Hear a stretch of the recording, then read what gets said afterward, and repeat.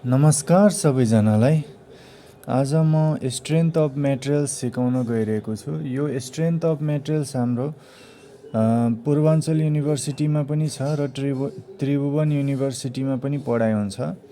र यो strength of मेटेरियल्सको म आज थिन वाल भेसल च्याप्टरको इम्पोर्टेन्ट न्युमेरिकल चाहिँ सिकाउन गइरहेको छु। र यो न्युमेरिकल हाम्रो institute of engineering I.O.E Pulchowk campus र त्यसको एफिलिएटेड कलेज त्रिभुवन युनिभर्सिटीको एफिलिएटेड कलेजहरूमा यो क्वेसन चाहिँ सोधेको छ। त्यो पनि 2066 मा सोधेको क्वेसन हो। यो भाद्र महिनामा क्वेसनले के भनेको छ त्यो हेरौँ। क्वेसनले भनेको छ सिलिन्ड्रिकल सेल 4 मिटर लङ। एउटा सिलिन्ड्रिकल सेल छ जसको हाम्रो लेन्थ कति गिभेन छ 4 मिटर गिभेन छ र डायमिटर हाम्रो कति गिभेन छ 1 मिटर गिभेन छ।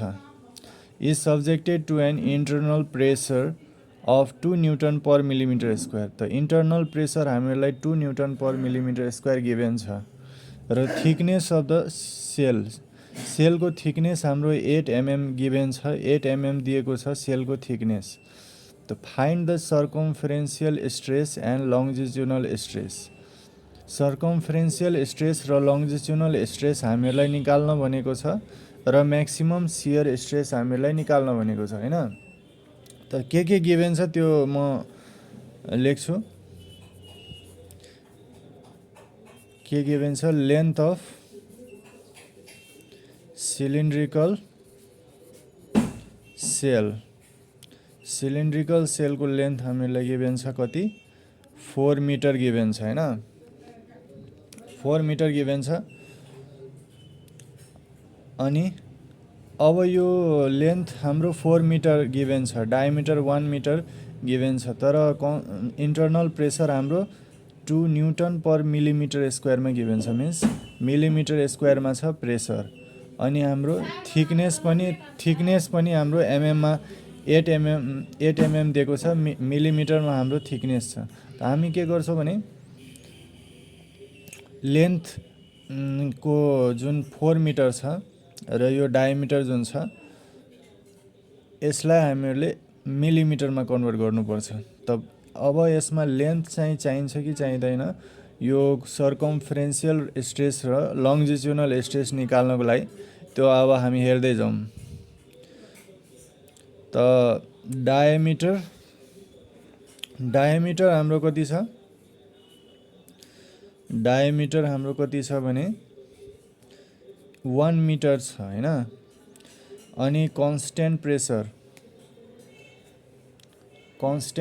कति छ? कन्स्ट्यान्ट प्रेसर हामीलाई गिभेन छ P = 2 न्युटन पर mm स्क्वायर हैन।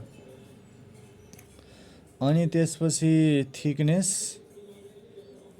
हामीलाई गिभेन छ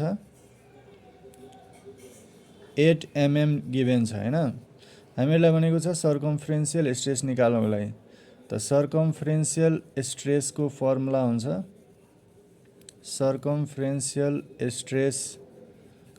हाम्रो के हुन्छ भने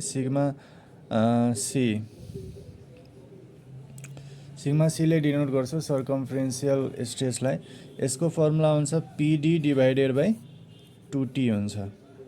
PD/2T हुन्छ हाम्रो फर्मुला यसको हैन। यहाँ P भनेको के हो त? कन्स्ट्यान्ट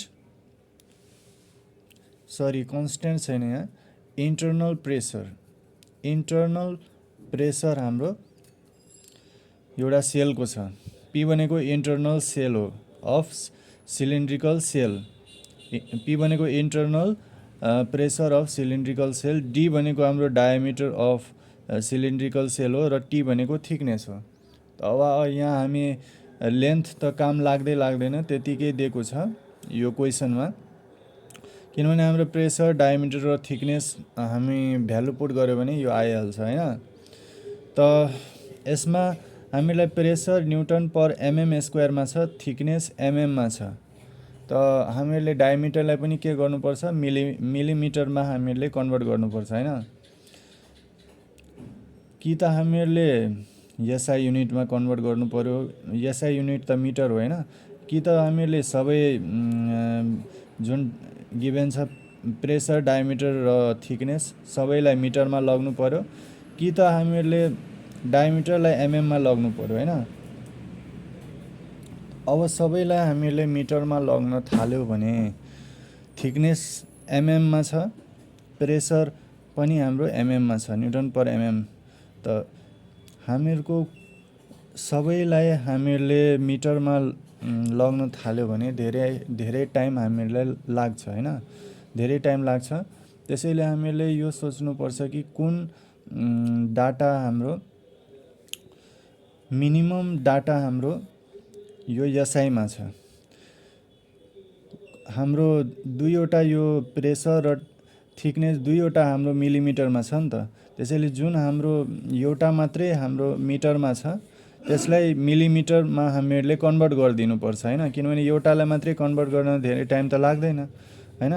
अब दुईटालाई हामीहरूले कन्भर्ट गर्न लाग्यो मिटरमा भने अलि टाइम कन्ज्युमिङ हुन्छ। त्यसैले यसलाई डायमिटरलाई हामीले के गर्छौँ, यसलाई हामीले एमएममा कन्भर्ट गर्छौँ। त 1 मिटर बराबर हाम्रो 1000 एमएम हुन्छ। यो भ्यालु यादै गर्नुपर्छ, 1000 एमएम हैन। त अब भ्यालु पुट गर्छौँ, प्रेसरको कति छ 2 हैन, त 2 पुट गर्छौँ इन्टु डायमिटर हाम्रो 1000 अनि फेरि 2 इन्टु थिकनेस कति हुन्छ 8 हुन्छ हैन। 2 र 2 क्यान्सल हुन्छ, त हाम्रो कति आउँछ sigma c is equal to हाम्रो भइहाल्छ 1000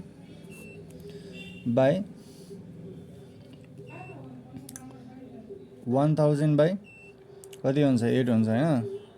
सिग्मा सी भनेको कति आउँछ, सिग्मा सी भनेको हाम्रो 1000 डिभाइडेड बाई 8 हुन्छ हैन। त यो भयो हाम्रो 125, क्यालकुलेसन गरेर 125 न्युटन पर एमएम स्क्वायर आउँछ हाम्रो एन्सर हैन। किनभने हाम्रो डायमिटर त मिलिमिटरमा यो जुन छ हाम्रो स्ट्रेस न्युटन पर एमएम स्क्वायरमै हुन्छ, किनभने डायमिटरको जुन एमएम हुन्छ यो डायमिटरको जुन एमएम छ र थिकनेसको एमएम कटिहाल्छ। त्यसैले यसको युनिट स्ट्रेसको 125 न्युटन पर एमएम स्क्वायर आउँछ हैन। अब हामीहरूले लङ्जिट्युनल स्ट्रेस निकाल्न पनि भनेको छ। लङ्जिट्युनल स्ट्रेस भनेको भइहाल्छ पिडी डिभाइडेड बाई 4t हैन। यसमा पिडी डिभाइडेड बाई 2t थियो, यसमा पिडी डिभाइडेड बाई 4t हुन्छ। त कन्स्ट्यान्ट प्रेसर हामीलाई कन्स्ट्यान्ट हैन, इन्टरनल प्रेसर हामीलाई 2 दिएको छ। त इन्टरनल प्रेसरको ठाउँमा हामी 2 पुट गर्छौँ अनि हामीलाई डायमिटर कति एमएममा 1000, त 1000 नै लिनुपर्छ, एमएममै लिनुपर्छ। 4 इन्टु थिकनेस हामीलाई फेरि कति छ 8 एमएम हैन। त हामी थिकनेस कति पुट गर्छौँ भने 8 एमएम पुट गर्छौँ हैन। त अब यो कति भइहाल्छ 2000 डिभाइडेड बाई 8 4 जा 32 हैन। अब क्यालकुलेसन गर्छौँ हामी 3200 डिभाइडेड 2000 डिभाइडेड बाई 32 हैन, कति आउँछ 62.5। त हाम्रो आन्सर भइहाल्छ 62.5। त हाम्रो लङ्जिट्युनल स्ट्रेस भनेको कति आउने भयो 62.5 न्युटन पर एमएम स्क्वायर। अब हामीहरूलाई म्याक्सिमम शियर स्ट्रेस निकाल भनेको छ। के भनेको छ म्याक्सिमम शियर स्ट्रेस हैन।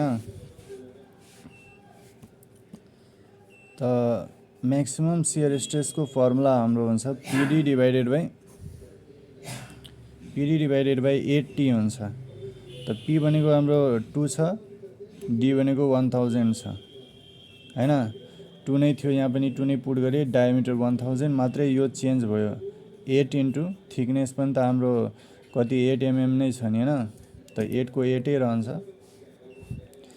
कति भयो 2000 डिभाइडेड बाई 64 अब हामीहरूले 2000 डिभाइडेड बाई 64 गर्छौँ अनि कति आउँछ 31.25 हैन यो डिभाइड गरेर हाम्रो कति आउँछ 31.25 न्युटन पर एमएम स्क्वायर हैन त फाइनली हाम्रो एन्सर आइसकेको छ हाम्रो आइसक्यो लङ्जिट्युडनल स्ट्रेस कति आयो 62.5 newton per mm square circumferential stress हाम्रो 125 न्युटन पर एमएम स्क्वायर अनि म्याक्सिमम शियर स्ट्रेस हाम्रो 31.25 न्युटन पर एमएम स्क्वायर त यो क्वेसनको सल्युसन यति नै हो अब नेक्स्ट भिडियोमा अर्को टाइपको सिकाउँछु तबसम्मको लागि गुड बाई टेक केयर